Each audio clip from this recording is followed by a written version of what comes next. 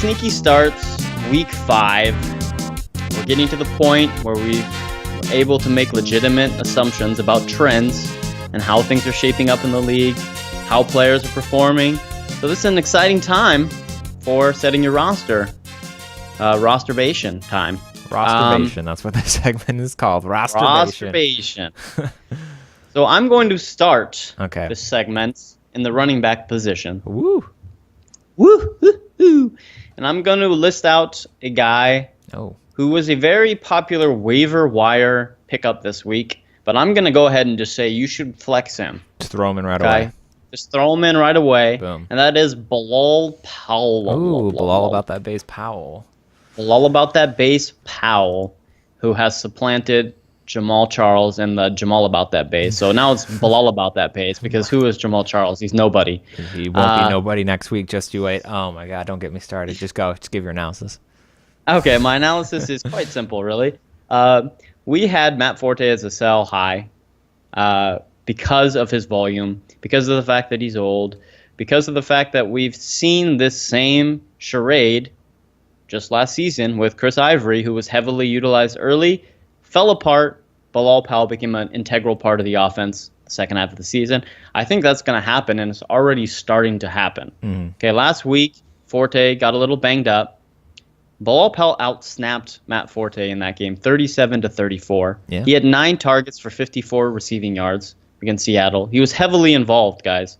Heavily involved. Pittsburgh is his opponent this week. You might be thinking, well, Pittsburgh has a good run defense, don't they? Well, that's exactly my point. Because Pittsburgh, through the first 4 games, and there's an anomaly game in there, but their first 4 games against the receiving back have been torched. And let me give you the numbers. Week 1, Chris Thompson of the Washington Redskins put up 9.9, basically 10 points against him. Boom. Okay? And this is standard. PPR, it would be even more inflated. These are standard points, so we're not counting all the receptions. Okay?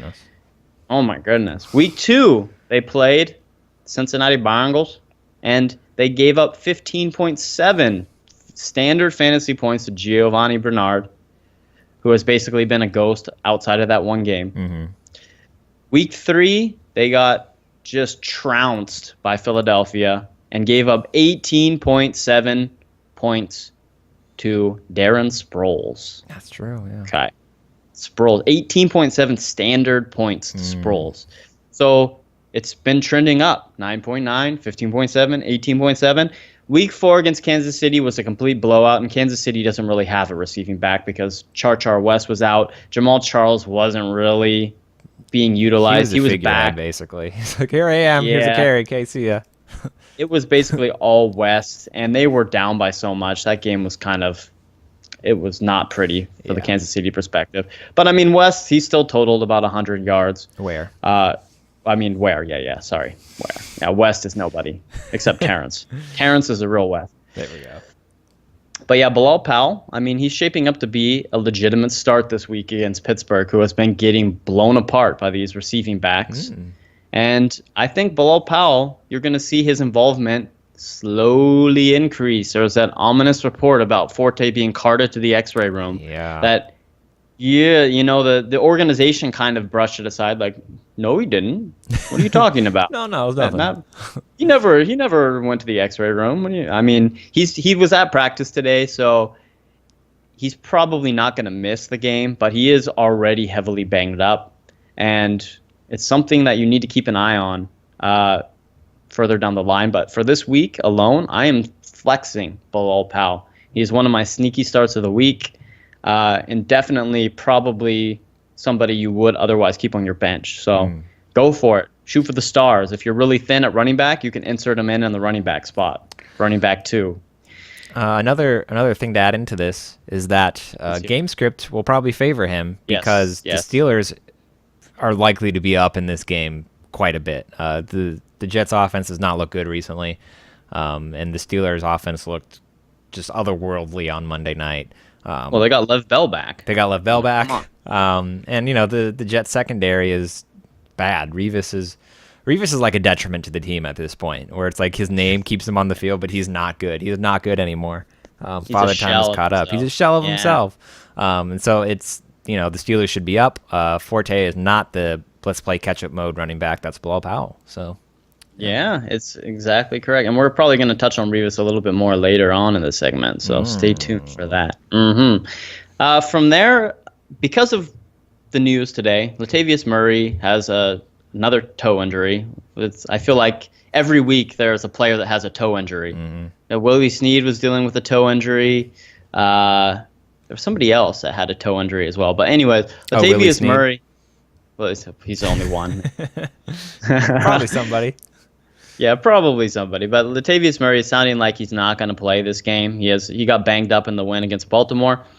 So you have basically a split backfield going against a terrible run defense, third worst against the run, San Diego Chargers this week. Now, the hot take would be to pick up DeAndre Washington. He had the name coming into the season as the handcuff to Latavius Murray. But to anyone who's paid attention to the Oakland Raiders games this season, Jalen Richard has basically earned an even split with DeAndre Washington. Now, you might be thinking, well, that's kind of a bad situation to be in, right? Do I start DeAndre Washington? Do I start Jalen Richard? I think you can probably start either one this week and be okay. But Richard is probably the sneakier of the two starts. Yeah. And here's why. If you look at last week's game against Baltimore, now going into that game, there was even a report that DeAndre Washington was going to see more playing time. And they tried to get him involved. He had one really long run and then was pretty much held in check outside of that. But he fumbled the ball it was just a horrific fumble, almost cost Oakland the game. It was on their side of the 20. Set Baltimore up for an easy touchdown to take the lead. That was Terrence West. It was a walk-in touchdown after DeAndre Washington's fumble. They had one series after that. Where was DeAndre Washington? He was glued to the bench. Okay, it was all Jalen Richard. They love Jalen Richard in Oakland. He was an undrafted kid, basically signed him off the street, made the 53 right out of camp.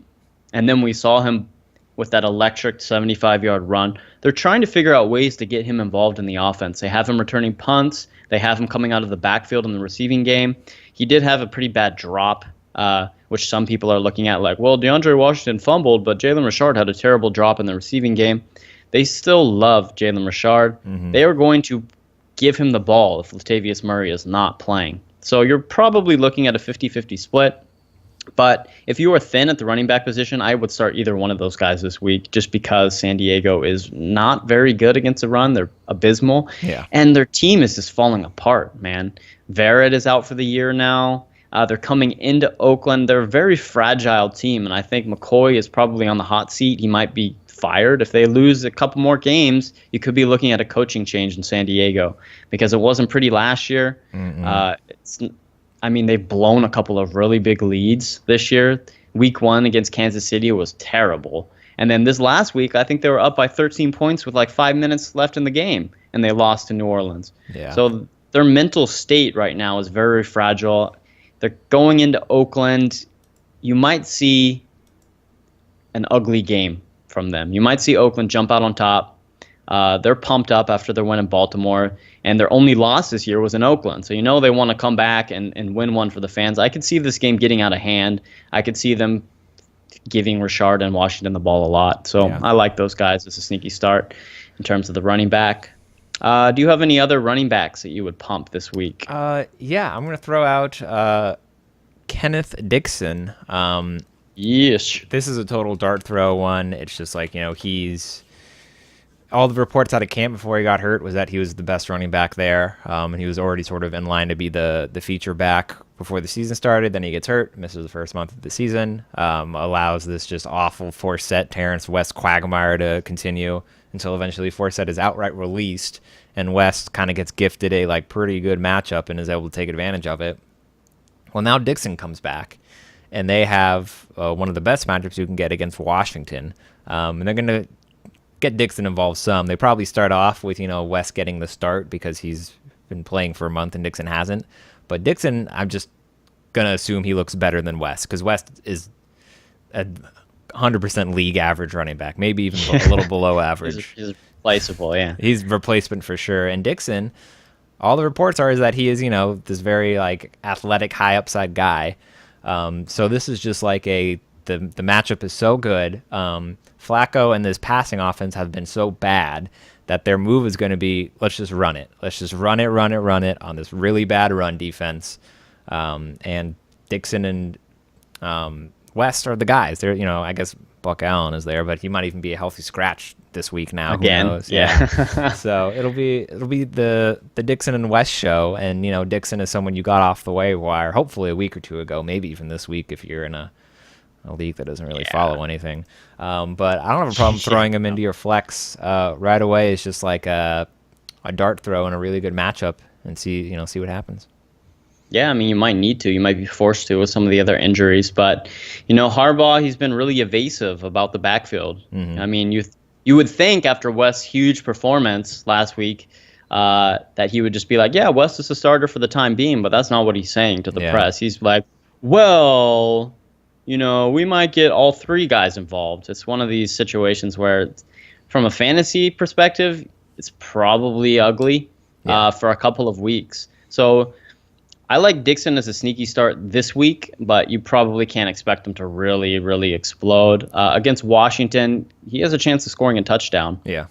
But for the rest of the season, I like Dixon a lot as well. Yeah, he's a long-term guy, for sure. He's definitely a long-term guy. And Washington's been so bad against the run that there's enough to go around. West can have a nice game. Dixon can have a nice game. So he is a flex play this week. Yeah. And it'll be interesting to see how they utilize him because he is this kind of prototypical pass-catching back. He's a great receiving back, and he'll be utilized like that right away. But I want to see if they start getting him involved in the early downs. He could potentially, by like week 8 or week 9, be the every down running back for Baltimore. He could be the every down running back by minute 8 or 9 of this game. There it is. Mark it. There's Boom. the call. There's the call.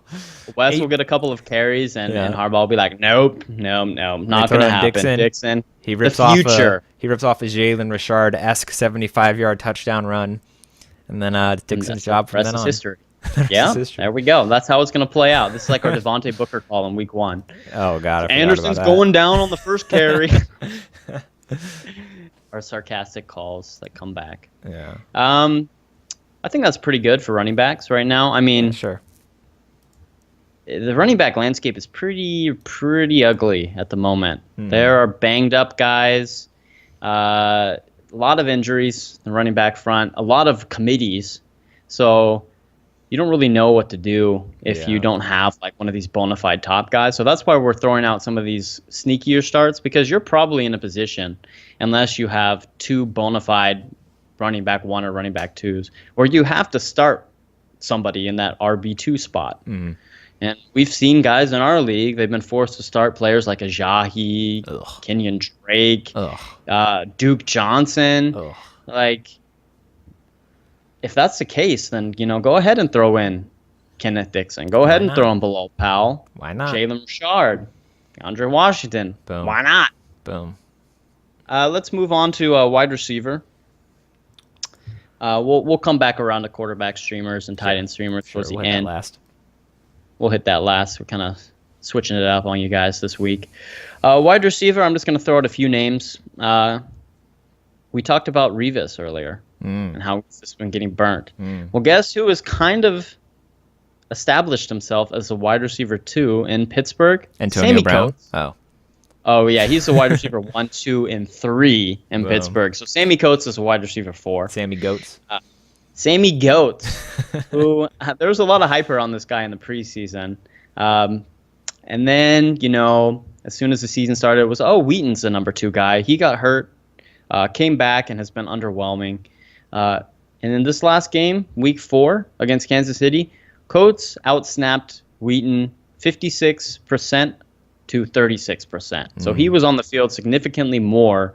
He was the clear wide receiver 2 behind Antonio Brown. He saw 8 targets, 79 yards, definitely respectable numbers. And this week, he is going against Revis, and he will probably be matched up against Revis. And Coates is the prototypical burner, right? Yeah. He's just a deep threat. Roethlisberger likes to target him down the field. We've seen him. He tries to air it out to Sammy Coates. Sammy Coates basically should have had a touchdown in that game against Kansas City too. Just stepped out of bounds. Classic goats. Classic goats. But I like Sammy Coates this week. He's a guy you might be able to just pick up off your waiver wire and start. I picked him up this week. Yeah, definitely somebody that you could slot in as a flex, even a wide receiver too this week against New York, depending on your depth. So definitely more of a sneaky start here. Piggybacking off of goats, we're going to go with kind of another burner that had a great season to start, great start to the season. That's Mike Wallace. Oh. You mentioned that Baltimore's passing game has been abysmal. Yes, it has been abysmal. But they have Joe Flacco. They have Steve Smith, who's kind of come alive. And Mike Wallace was the guy in the first 2 weeks. Mm-hmm. They're going up against a really bad Washington Redskins defense. Not only are they terrible against the run, they're the 5th worst defense against the pass. Okay? So Mike Wallace, who saw 9 targets last week in Oakland, he's getting the targets or against Oakland. This week, he's probably going to go against, he won't be going against Norman. I would say he's probably going to be matched up against Breland if he's back. If not, it's going to be Dunbar. Both are below average in terms of grades by Pro Football Focus. So Mike Wallace is a guy I think you can definitely flex this week.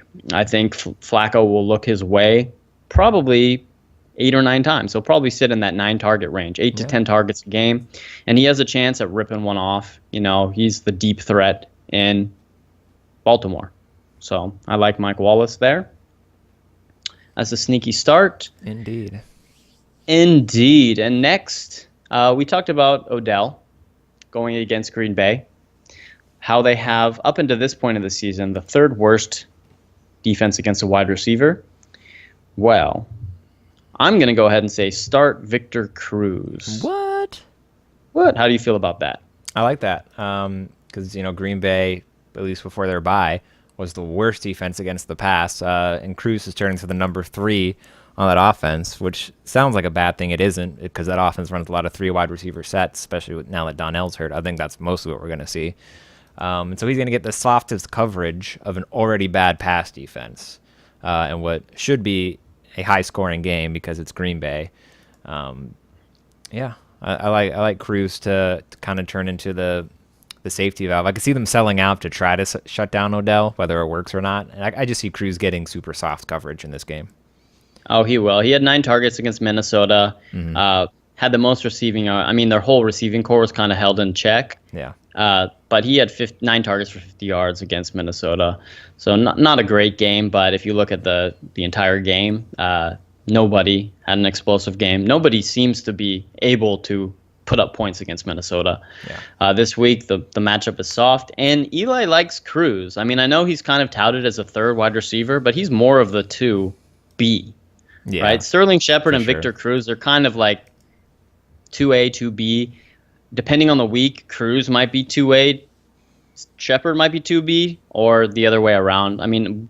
Odell's obviously the go-to guy there, but he gets focused on by the defense, opens up soft coverage for Cruz. Go ahead and flex Cruz this week if you need wide receiver help, or if you're just looking at the flex spot and you're thinking, oh, man, I have to decide between, some pretty middle of the pack guys or players that haven't really impressed, but you do have Victor Cruz. Go out and put Victor Cruz in that flex spot.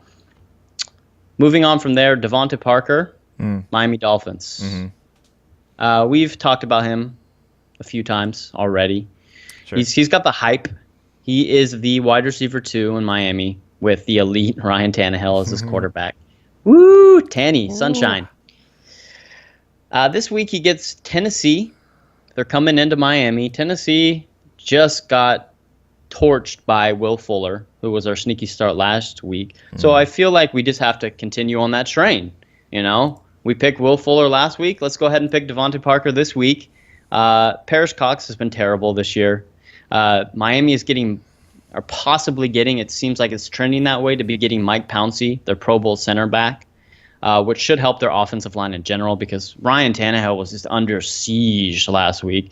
I know in the press he's been talked up as being like a terrible decision maker, but if you watch that game against Cincinnati, his wide receivers weren't even in their route by the time he was getting hit. The offensive line was crumbling. Pouncey should be able to help, assuming he is back, and it's looking like he will be back, and that should also bolster the run game, which I think will just help the Miami offense in general. And Parker has that talent. That's the X receiver and a Gase offense. So go ahead and start Parker. You might have been thinking about benching him this week because of his terrible game in Cincinnati on Thursday night, but go ahead and start Parker. What do you think about that? Yeah, no, I like that for sure. Tennessee is one of those decent run defense. Awful secondary. Should get the Parrish Cox treatment and just go ham. Dewey Cox. Go ham bananas. I have a sneaky start. Throw it in there. A wide receiver that I just came up with. And on the spot. On the spot. This is an on the spot. I'm not prepared. Desperate, dart throw wide receiver sneaky start. And he goes by... What's his name? Let's set this up differently. If I were to tell you... Don't tease the fans. I'm going to tease you. If I were going to ask you who has the highest snap percentage in New England through the first 4 weeks of the season, who would you say? Chris Hogan? It is Chris Hogan. It is not Julian Edelman. Chris Hogan has played the most snaps of any New England wide receiver through the first 4 weeks, and he gets a furious Tom Brady back against a truly horrific Cleveland defense. Across the board, awful defense. They probably try to... Gronk, who knows what Gronk is right now. They're probably going to try to key in on Edelman, being like, well, he's the guy. Leaving Hogan probably with single coverage from who knows who on the outside. And, he's... Terrell Pryor. He does everything. Terrell Pryor on the outside. And he's just a big play waiting to happen. We saw it in week 1 against Arizona with the only deep ball Garoppolo through the entire game to Chris Hogan for a touchdown. So, yeah, I think this is it for sure. Like, this is our Terrell Pryor call this week is Chris Hogan. I've decided. Chris Hogan. Been decided. It is known. It is known, yes. It is known, Chris Hogan. I'm actually interested to see who kind of develops into that wide receiver too. Yeah. As soon as Tom Brady comes back, because they have a handful of guys. They have Amendola, they have Chris Hogan, they have Malcolm Mitchell, who is very talented, who might be, I mean, he's free right now. If you're looking for like a stash, a deep sleeper type of stash on the end of your bench, if you have a deep bench, I would go out and pick up Malcolm Mitchell as well, not to stray too far from the Chris Hogan call, but they're both good stashes just to see if either of them turn into that number 2. Yeah, and it could happen. I mean, now that Brady's back, I mean, the narrative is that he's going to be angry. You don't want to see me when I'm angry, NFL. He's going to go all Hulk on opposing defenses, just tear his clothing off, his jersey, his pads. Yeah. And there will be numbers. There'll be targets to go around. There will be fantasy production to go around. Who's it going to be? There will be blood. You have to stay tuned. But this week, Chris Hogan, I like it a lot. I like it a lot. Let's go into the quarterbacks now. Do you have any more wide receivers you wanted to name? I'll throw out Enunwa really quick. Okay. Just because he actually played 94% of the snaps at wide receiver for the Jets. He outsnapped Brandon Marshall. Okay, he had 7 targets, 60 yards. He'll probably be going against a slot corner, Sean Davis, against Pittsburgh. We've mentioned a lot of players from this game already, but it could be one of these, okay, the Jets fall behind and then they're throwing the ball. We already said this with Bilal Powell, why he's kind of a sneaky start. Well, Enunwa as well. Looks like Eric Decker's out, so he's kind of the wide receiver 2 there for the time being. Yeah. And I think he'll have another solid week. He's one of those players that might not have a really high ceiling, but he should have a safe enough floor for you to start as a wide receiver 2 or as a flex play, because he'll probably be in like the 6 to 10 point range. And if he adds a touchdown on top of that, then he's a really good start. Yeah. So I like Enunwa there. But that pretty much ends it for me in terms of wide receivers. Let's move on to the quarterbacks. The quarterback position. We're going to start off with probably the most popular streamer of the week. Is it Carson Wentz? It is Carson Wentz of the Philadelphia Eagles. He's looked great through the first 3 games of the season. Had his bye last week, but he's looked not like a rookie. He's looked very good. 2 of those were in very soft matchups with the Browns and Chicago. But he looked good against the Steelers too. who Alex Smith just shot the bed against. So there's something to Wentz, and regardless of whether he's legit or not, he gets Detroit this week, who are the most favorable matchup. They are not. No, this is the best matchup a quarterback can have. Hoyer was good against them last week. Not to say that Hoyer is the worst, but Wentz has shown more upside. 23 points, yeah. Yeah, like I think Wentz is like one of those combinations of like a pretty high floor and like maybe a high ceiling too. Like he's a pretty ideal streamer. Could even turn into like an interesting like season long guy. But for this week, Wentz is a great one to pick up. And do you think Chip Kelly was the problem? Yeah. Yeah, because I mean, because look at DeMarco Murray this year. I mean, he was nothing last year, and everybody kept on, commenting that they need to stop giving DeMarco Murray the ball out of the shotgun. It doesn't make any sense, and never happened. And then there was a narrative that it's not Chip Kelly, it's not the way he's utilizing Murray, but it's that Murray's just washed up. He touched the ball so many times in Dallas the previous year that the wheels have come off. Well, he's in Tennessee and he's the running back one in PPR leagues. Back one, yeah. He was one of maybe the biggest whiff of the fantasy community. I think we were on him. I feel like I remember pumping DeMarco Murray at some point. Yeah, I mean, I think we were kind of neutral. Yeah. Like we liked him, but it wasn't like we're pumping him. We liked him at his ADP, but we weren't like sleeper. Basically, is what I think. Yeah. And as we got closer to the season, I think he was a more popular pick. Yeah. But yeah, I mean, Philadelphia's look legit. Mm-hmm. Going back to Carson Wentz, they just had their bye week, so I'm a little bit concerned. They have a terrible defense, and Wentz put up a 0 against them. So how do you feel about that? It's concerning, but these studs have these outliers. We saw with the Steelers, do it in their week against the Eagles. Now the Eagles just did it against bye. So you think a bounce back week from Wentz? I think we're going to see a bounce back against a debt, whatever that means. Yeah, no, I mean, Philadelphia, they were supposed to be bad this year. I mean, they traded that Bradford trade. I mean, it worked out for Minnesota and it worked out wonderfully for Philadelphia. That's looking like one of those win-wins. Yeah, Wentz has looked legit. The only thing I would be concerned about with Wentz is he seems to be one of these guys that just goes so hard that he has no respect for his own body. You'll see him hits, yeah, you'll see him roll out of the pocket and just instead of sliding, he's trying to like bowl over the defense. And I remember particularly in that Chicago game, he was just getting blown up when he was scrambling outside of the pocket. But I mean, he's healthy now, so that fits as a streamer. Yeah. Season long, we'll have to see how he. Hopefully, he learns to slide. Hopefully, he can. Is he Russell Wilson or is he RG3? We'll find out. Yeah, we'll find out. I mean, he's trying to be like LeGarrette Blount or Marshawn Lynch. He's just trying to bowl people over. He's not even trying to evade him. He's just like, I'm going to run you down. It's like, no, that's not who you are. I mean, he's a big boy. Yeah.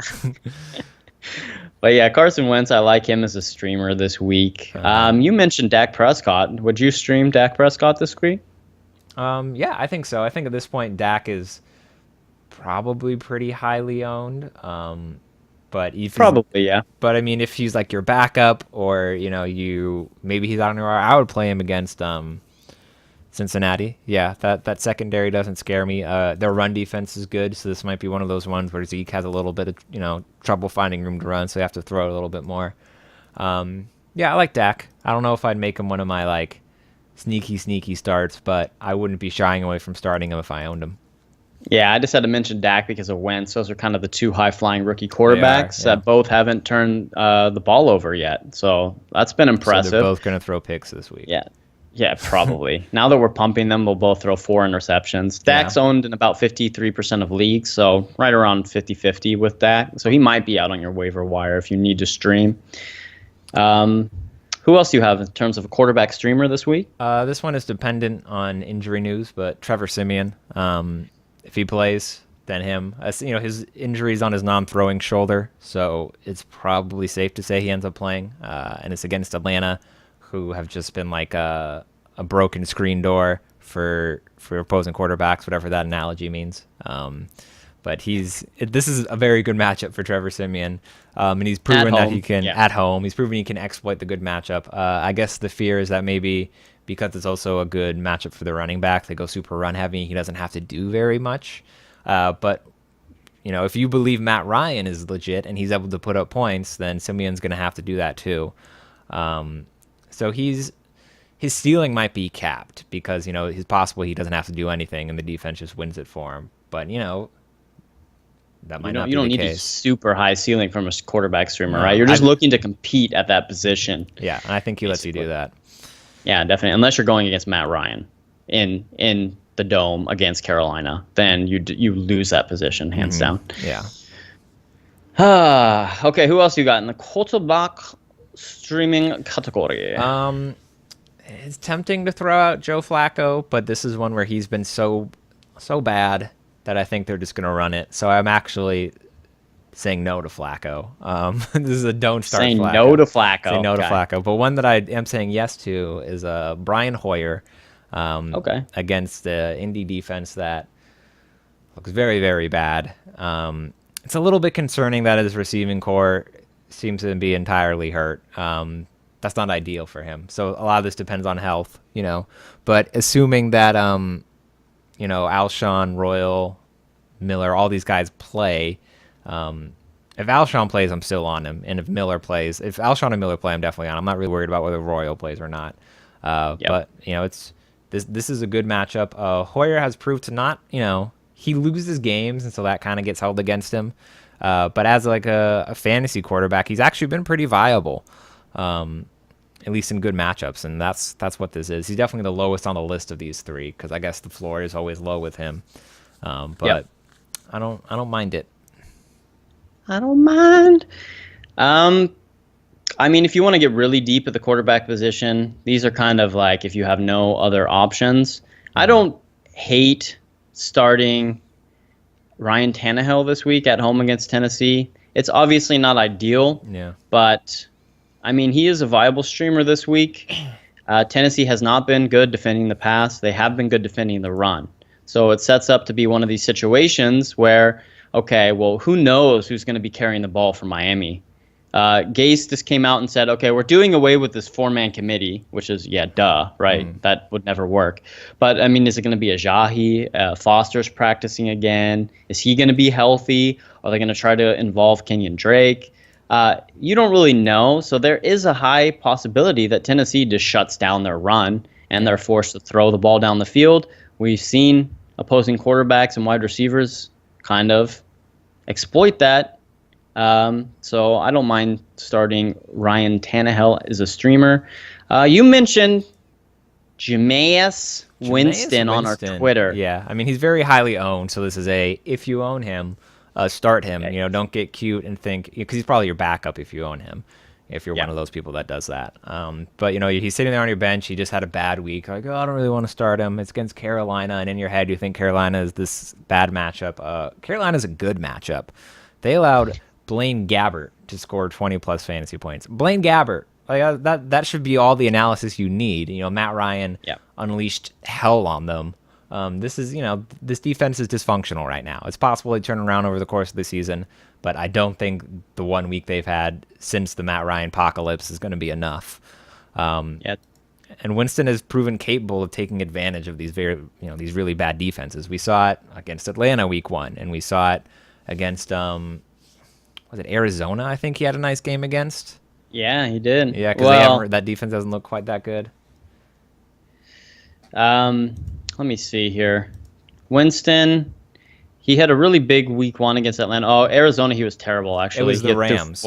It was the Rams that he had a good game against. Yeah, he put up almost 30 points against the Rams. So he's kind of been hot and cold. Yeah. So good week, bad week, good week, bad week. This is his good week. That's lining up like that. You mentioned that he's highly owned. It depends in the league that you're playing with, the league type. Because in ESPN leagues, he is only owned in 57%. So I mean, that's right around the range you want to be looking at for a streamer. So there's a good chance that he might be on your waiver wire. If you want to go real deep, those are your Ryan Tannehills, your Marcus Mariotas. Yeah. I mean, if you're desperate, Mariota, I wouldn't be thrilled with starting him because he has not looked good this year. But you mentioned Miami's Swiss cheese secondary. Yeah. The fact that Tennessee might be trailing in that game, and Mariota should, it hasn't happened yet this year, but he should have potential in the run game. Yeah. Which always bolsters somebody's value. I mean, he started off with two decent games against Minnesota and Detroit. He actually put up 20 points against Minnesota, which has been one of the better quarterback performances against them so far this season. But then he just shit the bed against Oakland and Houston. So a lot of people are off Mariota right now, but I wouldn't be surprised if he has a bounce back game. And if he does, look at Mariota's schedule coming up. He has Miami, terrible secondary. Cleveland, bad. Indianapolis, bad. Jacksonville, bad. San Diego, not good because their players are just injured. Green Bay, terrible. Indianapolis, again. His schedule, actually the Tennessee schedule is soft for the quarterback and wide receiver positions. Not that they have anyone that's a wide receiver. Right. I might consider picking up Mariota right now and just seeing. It can't really hurt at this point unless he puts up another 6.9 like he did against Oakland. I think a lot of people are feeling like they got burnt too heavily on that one because he was like the guy in week 3. Everyone was like, you got to stream Mariota against Oakland because their defense is historically bad. Well, that's not the case. And Mariota put up terrible numbers. But I think we pretty much listed everyone you could possibly stream this week. I think that's good. Let's move on to tight end. Do you think it's time to tighten up tight the ends? Let's tighten up the ends here for the tight end streaming position. And it could be a big week for the tight end streaming position because, okay, you have buys are happening. You have, Jacksonville's on a bye. Julius Thomas is out. Seattle's on a bye. Jimmy Graham revival. The awakening of Jimmy Graham. God. Graham will. He's on a bye. He's looking like a tight end one. A legitimate tight end one for the rest of the season. Jimmy Graham. Yeah, it's crazy. Yeah, it's wild. But you have some players on buys. You have some tight ends that are hurt. Eifert was supposed to come back this week. Not going to happen. No. Looks like no. Looks like Ebron's out in Detroit. It looks like Larry Donnell is trending downwards this week in New York. So there are probably a lot of teams that need to stream somebody this week. One guy that I would look at, I'm not going to call him a streamer, but he might have been dropped, and that's Zach Ertz. Yeah, for sure. If you can pick up Zach Ertz, it's a little bit late for the waiver show, but I would even look at targeting Zach Ertz. He's a great start this week. He seems to be the security blanket for Carson Wentz. So if you have Zach Ertz, please play him. Yeah, that's like a no-brainer. Hopefully you didn't drop him in that couple weeks he was out unless you just had like really shallow benches. But, Ertz against the Lions, who are probably the best matchup for the tight end. I think that's a no-brainer. No-brainer. As for the more streaming types, guys that have low ownership, my favorite this week is Jesse James against the New York Jets. We've been talking about how bad this secondary is right now, and we've seen the tight end just feasting on the last couple of weeks. Jimmy Graham, who we just talked about, went bananas all over them. And before that, Travis Kelce had a really big week. These are like, two more elite-ish tight ends, but, this is still a very soft spot in this defense. And when you're streaming tight end, you're just hoping for a touchdown.